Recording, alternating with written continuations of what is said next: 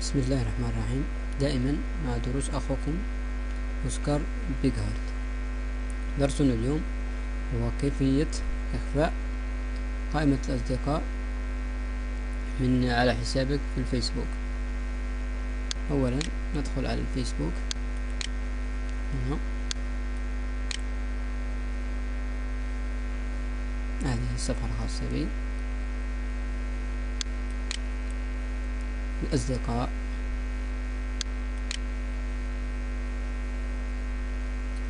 هنا في تعديل نقوم